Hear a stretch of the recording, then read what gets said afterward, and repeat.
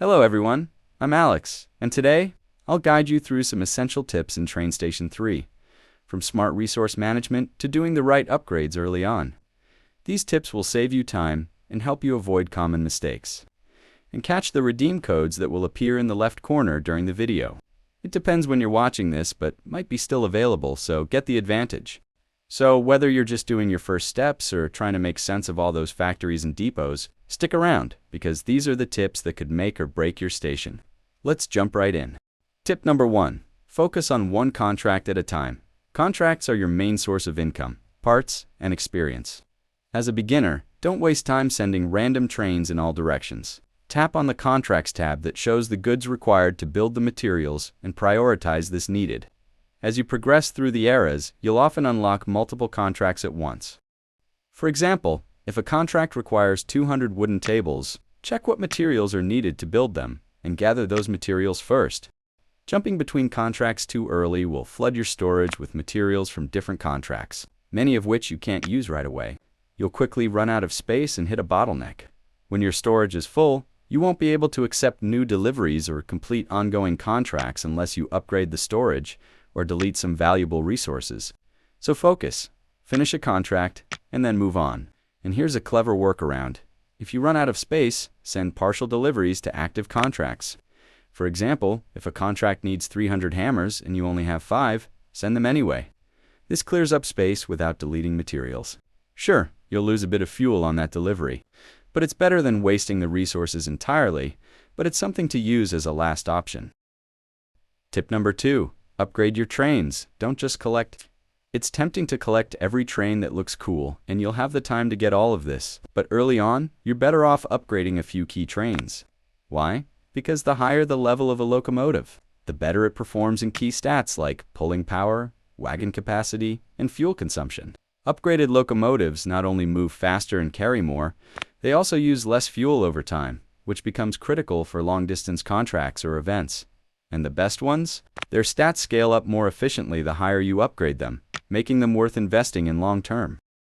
Tip number 3. Upgrade buildings when it's possible. Always upgrade your buildings as soon as you get the chance. Most upgrades give real benefits, like increased fuel or material storage, extra train lines in your station, or a higher capacity for crafting materials. These improvements make your station more efficient and help you progress faster. Tip number 4. Balance freight and passenger trains. Train Station 3 features two main types of jobs, freight and passenger.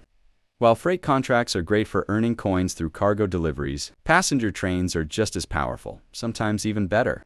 Passenger jobs can reward you with tons of XP and money, this being the main source of cash needed for upgrades. Once you complete the final step in transporting passengers, regular services will automatically become available, generating income every 6 hours. The number of passengers you can carry from a city depends on how developed that city is. More buildings equals more passengers equals faster progress that results in a faster way of earning money. So it's actually worth upgrading town buildings and unlocking new ones whenever possible. A fully developed town becomes a goldmine for your passenger network. Tip number 5. Participate in events, even if you're a beginner. Always check out the ongoing event. You don't need to compete for top ranks, because there aren't any. The good news is, even free players can earn excellent rewards just by completing the basic event ticket. In fact, event rewards often include more cash and materials than regular contracts or even the main story. So whenever there's an event happening, drop your current contracts and focus on the event missions first. You'll progress faster and unlock better trains, crates, and currency. Once the event ends or you finish its goals, return to the main storyline with stronger resources. Tip number 6. Use free offers and daily rewards. Free rewards show up often, and you should claim them every time, whether it's the daily login bonus, free crates, or video ad offers. These freebies add up quickly, especially early in the game. These help you gather parts without spending real money. This can be found all over the game, in Game Shop, event ticket steps, and so on. Tip number 7. Prepare for heavy contracts with multiple locomotives. As you level up in Train Station 3, you'll eventually unlock heavy contracts that require more than one locomotive to complete. These special jobs appear on your extra railway lines and usually involve hauling massive loads. They might sit there for a while if you're not ready, but don't ignore them. These contracts are totally worth completing. Why? Because they give you huge XP, better rewards, and sometimes they're even tied to story missions or milestones in your progress. To prepare, make sure you're upgrading your main locomotives. You can't drag that load if your trains aren't strong enough. Tip number 8.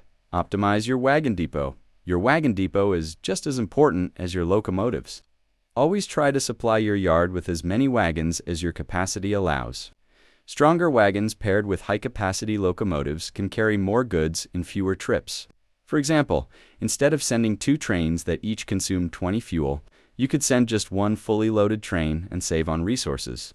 Investing in better wagons and matching them with powerful locomotives pays off in the long run, especially as contracts get heavier and more complex. Tip number 9. Take advantage of the small gift icons that appear almost every time you dispatch a train. These gifts often reflect the needs of active contracts and can be extremely helpful.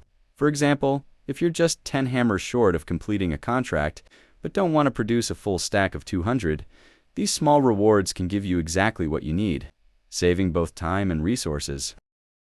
So, there you have it, some beginner tips to help you master Train Station 3 and avoid common mistakes. If you found this helpful, drop a like, subscribe for more, and let me know in the comments, do you enjoy the game so far? See you in the next one.